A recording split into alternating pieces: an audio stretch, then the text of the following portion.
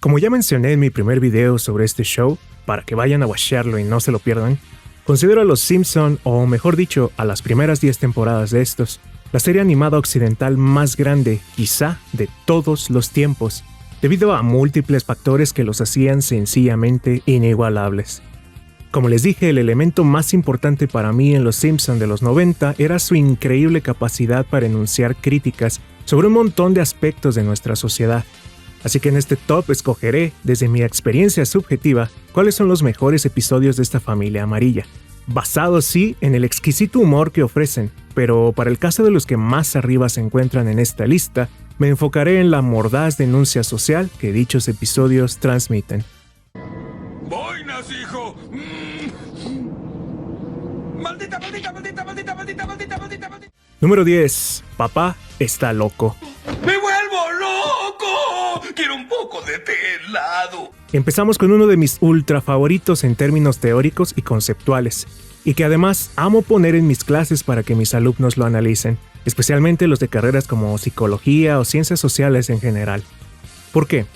Porque este episodio es íntegramente Foucaultiano, es decir, emplea un aparato conceptual casi idéntico al que usa el autor francés Michel Foucault para desmantelar el mito político de la locura, término que debemos usar siempre entre enormes comillas.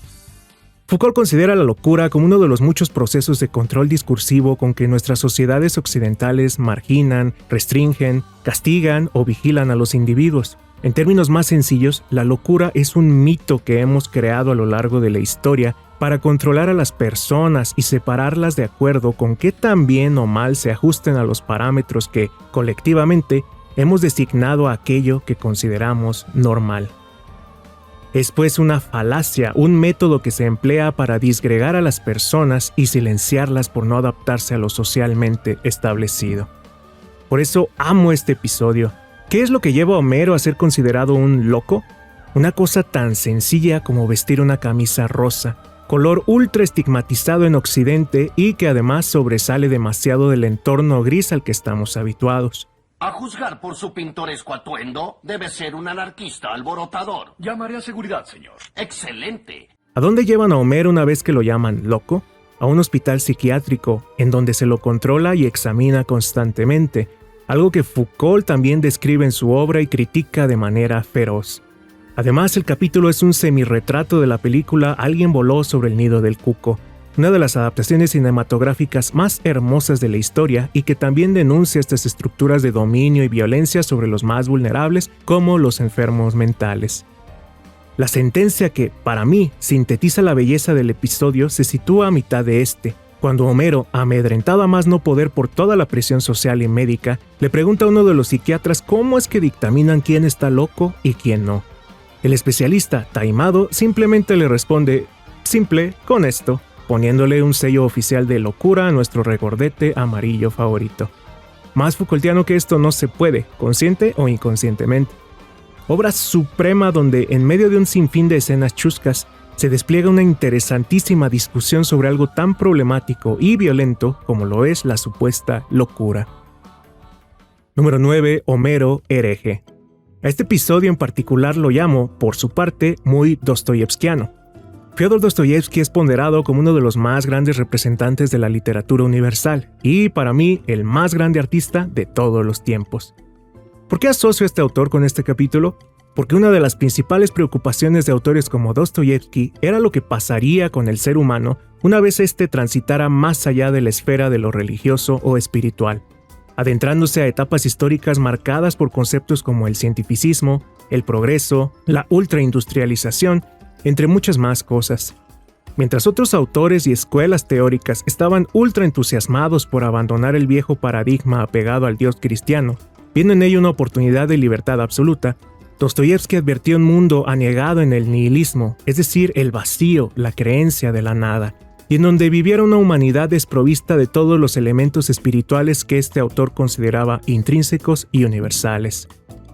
Por eso, este episodio no tiene igual en Occidente. Mientras en todas nuestras sociedades hipermaterialistas se habla de que Dios y la religión no representan sino retroceso y esclavitud, los Simpson se atreven a decir lo contrario, o al menos casi lo opuesto, y nos señalan la importancia de la espiritualidad para el ser humano. puesto que sin directrices espirituales bien enmarcadas y claras, las personas se entregan, efectivamente, a la total subjetividad y a la interpretación moral espiritual que más les convenga.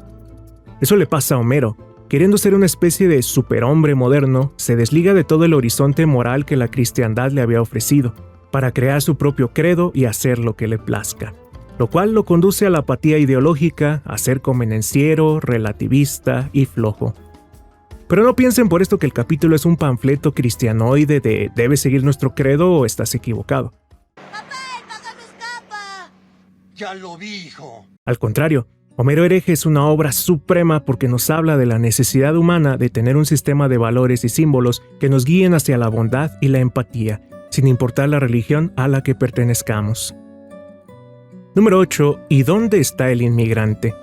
Episodio crucial para desmantelar las falacias que las agendas políticas supremacistas están esgrimiendo hoy en día, sobre todo las de cierto asno naranjoso y asqueroso que no quiero nombrar, pero que todos conocemos. El episodio es ultra claro en sí. ¿Qué hacen las estructuras y sociedades conservadoras y miopes para disque arreglar situaciones críticas? Echarle la culpa a fantasmas, sancionar a grupos e individuos que nada tienen que ver con dichas problemáticas. Lisa lo resume magistralmente. Según tu lógica, puedo alejar a los tigres con esta piedra. Ay, ¿cómo funciona? ¡No funciona! Ajá. Es una piedra inútil. Ajá. Pero no veo ningún tigre por aquí. ¿Y tú? Los grupos de poder extremistas siempre buscarán chivos expiatorios para dar la falsa sensación de estar arreglando las cosas, en lugar de ponerse a chambear y ofrecer soluciones reales. Recuerden, todos portamos la misma sangre roja. El mundo es nuestro hábitat universal y debemos converger y apoyarnos para salir adelante. Número 7. Huracán Neddy. ¡Oh, pedacillos de estúpidos, maldita sea! ¡No tienen cerebro, imbéciles! Otro de los imprescindibles de Los Simpson, no solo por la legendaria escena donde Ned explota en contra de todos, sino porque es una disertación extraordinaria sobre la fe, la relación del ser humano con el mundo y con Dios, sobre ese silencio abrumador que nos rodea cuando nos pasan desgracias y nadie responde a nuestras dudas. ¿Qué hacer cuando siempre haces el bien, cuando resumas solo dulzura y honestidad, y aún así te acontecen las más fieras desgracias? ¿Rendirse y entregarse al nihilismo? No. Los Simpson ofrecen una respuesta magistral en este episodio. Número 6. La primera palabra de Maggie. Quizá algunos situarían aquí a Y con Maggie son 3, uno de los episodios más amados por la audiencia. Aunque efectivamente aquel es una obra maestra, la primera palabra de Maggie me es un capítulo aún más enternecedor, profundo y lleno de esperanza. Es un relato vívido y magistral sobre ser padre y madre en tiempos modernos. Cuando uno es en sí mismo un proyecto de vida inacabado, cuando uno no sabe ni qué pedo con su propia vida, cuando no sabe uno ni lo que está haciendo consigo mismo, ¿cómo puede criar a otro más pequeño de la forma más adecuada posible? Maravilla de capítulo que expone múltiples problemáticas familiares, cuán difícil puede ser la infancia para muchos, los reveses que las familias sufren ante la precariedad económica, entre montón más de cosas. Y como broche de oro, el episodio cierra con una de las escenas más tiernas en la historia de la animación y que, al día de hoy, me sigue sacando una lagrimita cada que la veo.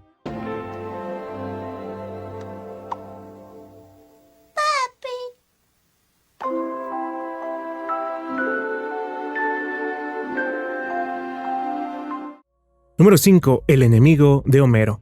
Para mí, este es el episodio más sombrío de todo el catálogo de Los Simpson. ¿Por qué? Porque es una crítica en extremo cruda y mordaz respecto a uno de los mitos más difundidos en nuestras sociedades modernas, la meritocracia. Es la historia del malaventurado Frank Grimes, un joven sumamente competente y talentoso que tiene una vida de mierda.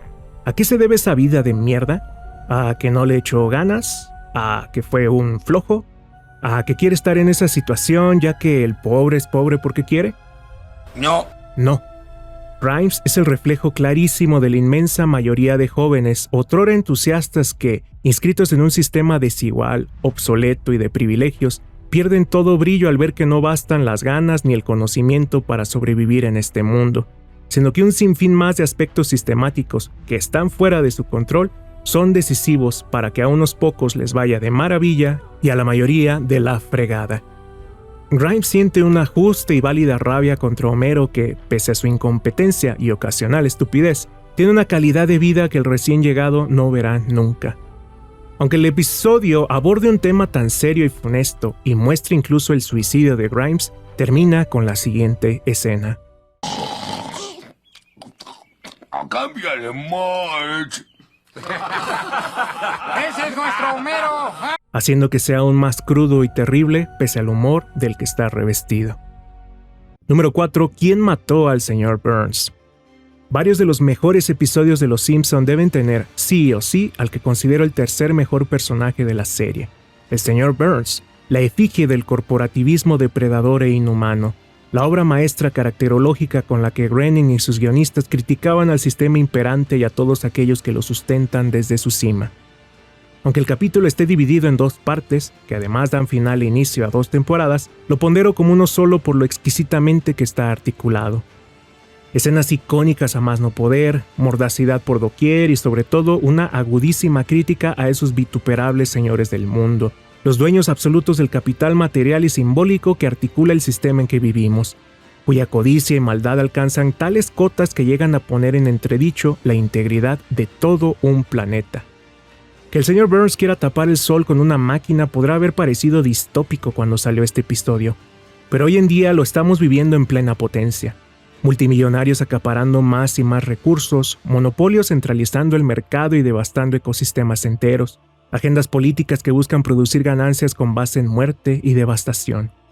El capítulo no es exagerado, sino una muestra fehaciente de hasta dónde llega la avaricia de los poderosos. Número 3. El oso de Burns. Otro que tiene por protagonista al terrible pero tremendamente carismático Sr. Burns. Además de ser una adaptación caricaturesca de la paradigmática película El Ciudadano Kane, pocos episodios hacen tal despliegue de escenas chusquísimas, humor exquisito desbordado, aguda crítica social y un tema que ya Orson Welles analiza en su filme. ¿Cuándo pierde su humanidad una persona? ¿La pierde por completo? ¿Es posible que incluso un ser humano revestido de materialidad absoluta y putrefacción espiritual añore aquello que le era antes insignificante, pero que de adulto le sea indispensable? Obra maestra total. Número 2. Mamá Simpson. Un auténtico tratado filosófico y sociológico donde se examina la importancia de las relaciones humanas, el papel crucial de las maternidades y paternidades en el desarrollo individual, cómo el sistema produce monstruos que llegan a separar familias y comunidades, cuándo un ideal político puede o debe separarse de lo más íntimo como la familia. Aunque muchos tachen a la madre de Homero como una desobligada, el episodio nos muestra una realidad mucho más compleja y que atañe no únicamente a la familia Simpson, sino a todo un entramado macropolítico contra el que Mona Simpson decide confrontarse, aunque eso la lleve por un doloroso y sinuoso camino. Obra suprema como pocas que concluye con una de las escenas más icónicas y emocionales que Occidente ha presenciado.